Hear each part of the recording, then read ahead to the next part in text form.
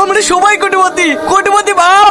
চুপ কর, এক্ষুনি কেউ শুনে ফেলবি। এই সুমন, এখন ঢেকে রাখ, রাত্রিবেলা এসে নিয়ে যাবো। না না, এখানে ঢেকে তুলে আবার অন্য কিছু করতে লাগতে পারে। এখানে বস্তা দিয়ে ঢেকে তো কেউ দেখতে হবে না, বাড়ি যাওয়ার সময় নিয়ে যাবো। না না, রিক্সে যাবে না, এখন ফাঁকা আছে। তোর কাজ কর, ওই মালটাকে বস্তা চুরি বাড়িতে ধসি, যা সুদালি বলবি পায়খানা করতে গেছে। ও সোনা দানাগুলো তুমি একলা লিয়ার ধান্দা করছো তাই তো? এই সামা চুপ কর, কেউ একা নেবে না, ছজনের সমান সমান ভাগ হবে। এই সুমন যা, তোর বাড়িতে আর কেউ তো থাকে না, তুই একাই থাকিস, কোনো সমস্যা হবে না। যা যা যা, তোর বাড়িতে রাখগা।